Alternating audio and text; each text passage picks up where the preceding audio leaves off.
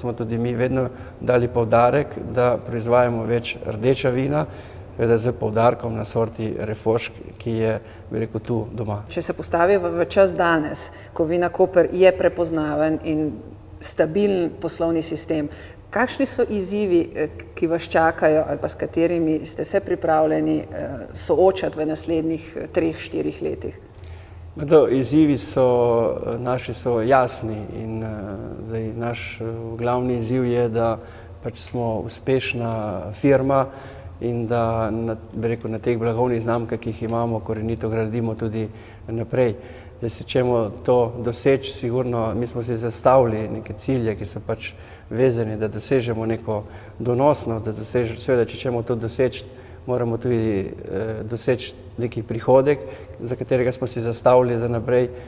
In seveda, za vse to doseči je bilo tudi potrebno nekaj narediti, predvsem na prestrukturiranju prodaje. To je bilo mišljeno, da povečamo, oziroma da imamo dobro kvaliteto, da povečamo prodajo prestižnih in teh vrhunskih vin, da nekoliko tudi povečamo prodajo kakovostnih vin in seveda zmanjšujemo pa prodajo namiznih vin, ki so cenovno manj zanimiva. Zdaj pa seveda to velja sigurno za slovenski trg, moramo pa tudi razmišljati na internacionalizacijo trga, to se pravi, da razmišljamo tudi na ostale trge izven Slovenije. In ravno ta internacionalizacija je za vas po neke vrste tudi trd oreh, morda ravno zaradi količin vin, ki so povezane z nekim vstopom, predvsem na zahtevne in večje trge. Na kakšen način ste se vi lotili te internacionalizacije? No, mi nimamo, bi rekli, nekih velikih količin vina in še vedno ne bomo zanemarili slovenskega trga. Zdaj pa na to internacionalizacijo razmišljamo tako, da bi počasi začeli pridobivati neki trg okrog nas. Zato smo nekako razmišljali, da bi šli v obliki nekih koncentričnih krogov, da bi se širili, ker ta trg je dobro zaseden v Sloveniji ali pa sorazmerno dobro, in da bi se počasi širili izven Slovenije, Italija, Avstrija, Hrvaška, mogoče pa tudi najdli kakšno točko, kje dlje, ampak to vedno v smislu, da prodajamo kvaliteto, ne razmišljamo o nekih velikih količinah in da dosežemo tudi primerno ceno ali pa celo boljšo ceno, kot jo dosegamo doma.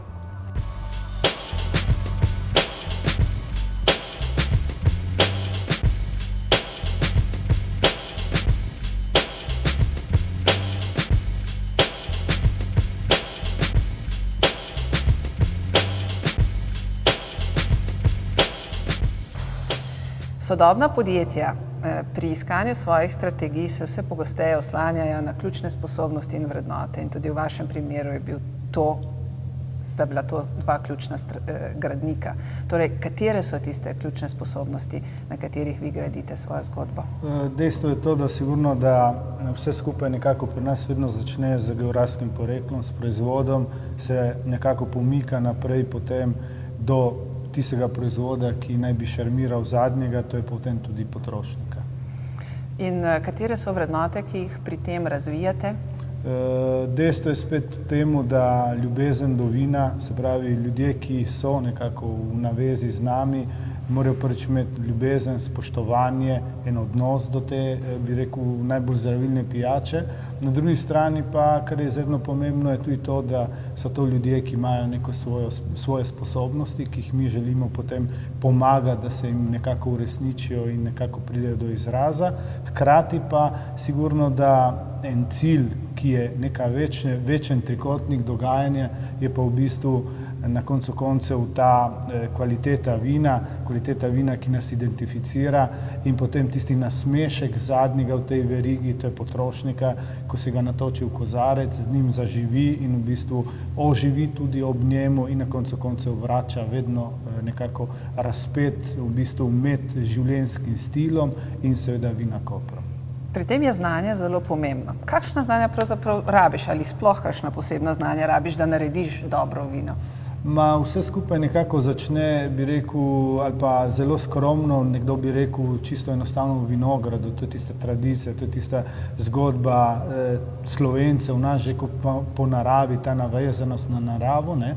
Seveda pa to ni dovolj, ne? Na koncu koncev moramo poznati naše vinograde, moramo poznati, kaj nam lahko dajejo, kaj nam dajejo boljše kakovosti, kako bomo iz tega vinograda spravili ven ne kvantiteto, ampak kvaliteto in pa kako bomo tudi prisluhnili ekonaravnanosti, se pravi prisluhnili nekako naravovarstvenikom, prisluhnili ljudem, ki nas opazujejo, ki gledajo te naše vinograde, ki so z njimi recimo zadovoljni, so jim všeč ali pa ki recimo odvračajo, če bi bili zapuščeni.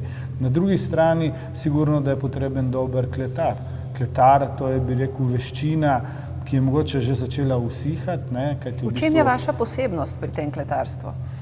Posebnost je predvsem v tem, da smo na znanih tradicijah, s katerimi smo se ukvarjali, uspeli seveda potegniti inovativne pristope, to so različni načini zorenja vina, spoznavati vina globlje, vedeti, da ni eno vino sestavljeno samo iz alkohola in vode, ampak marsičesa več. Kaj je tisto več? Tisto večje pa seveda ta različnost, ki jo daje naša zemlja, različnost, ki daje naše specifične sorte, ne? In pa na koncu koncev seveda tisti vonj po tej naši deželi. Torej govorimo o nekem sozvočju barve, okusa, vonja. Tako. Pa vendar, ko vi govorite, bi si človek mislil, da pravzaprav vsakdo lahko potem naredi dobro vino. Pa vendar je še nekaj drugega, kar odlikuje Vinakoper. Sigurno, to je pa v bistvu en pristop do tega vina, ne? In pristop je v bistvu zelo pomemben. Prvič, poznati moraš tistega, ki ti vino kupuje, kar je izredno pomembno. Poznati moraš tistega, ki ti pomaga soustvarjati vino, mu pomagati, da je razkril. In mislim, da je ena naših, bi rekel, velikih vrednot, ki so se skozi to zgodbo odvijale, so te, da smo najprej manjšo skupino ljudi, to so nažalost 100 zaposlenih v Vinakoper, prepričali, da znamo narediti dobro vino. Zatem pa seveda začeli skupaj z njimi na različnih dogodkih širiti glas o kvaliteti. Kakšno vlogo pri tem igra enolog? Mislim, da zgodba o vinu je kot zgodba umetnosti neke slike. Se pravi, je nekako neke vrste slikar ali pa v orkestru neke vrste dirigent in seveda, če zna pritisniti na, bi rekel, prave strune, če zna, bom rekel, prave barve, pravo tehniko doseči, potem seveda vsi temu sledijo in postane to modnost. In mislim, da tukaj mi smo tukaj in ustvarjamo samo zaradi ene prihodnosti, to je v bistvu zaradi kvalitete. Torej, inovativnost enologa bi lahko iskali v tej njegovi sposobnosti prilagajanja okusov oziroma iskanju nekih nadgradnjev. Tako, približati se, bi rekel, potrošniku, hkrati biti različen od konkurence, kar je izredno pomembno. Na drugi strani pa, kar je še pa najbolj pomembno, znati potegniti ven, ker ti vsi imamo grozdje, vsi imamo, bi rekel, elemente v tem soku, vsi imamo potem tehnologije, ki so napisane na 6 straneh, ne?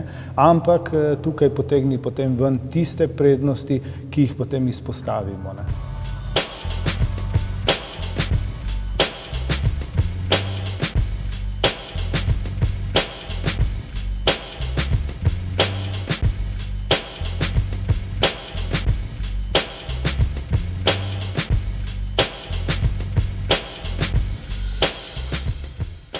Zahtevni poslovni izzivi seveda kličejo po drznosti vodstva tudi pri oblikovanju strategij. Kakšni so bili vaši ključni koraki? Katere so tiste ključne vsebine? Ja, najprej smo ugotovili, kaj smo naredili, kakšne imamo sposobnosti in potem smo si, lahko rečem, zastavili kar korajžno strategijo, ki gre v dveh smereh. In sicer ena je strategija vezana na neko organsko rast Vinakoper in druga je nekako kapitalska zgodba, nekako, da bi tudi ta firma kapitalsko se povečevala oziroma rasla. Omenili ste organsko rast. Katere so ključni poudarki pri tej organski rasti? No, organska rast je nekako bolj nam na kožo pisana, ker nekako s to organsko rastjo Vinakoper ne bi maksimalno izkoristili kapacitete, ki jih imamo, kraj, blagovne znamke, vino in vse to, kar imamo, da bi iz tega maksimalno iztržili in tudi naredili en rezultat v tem Vinakoper z organsko rastjo.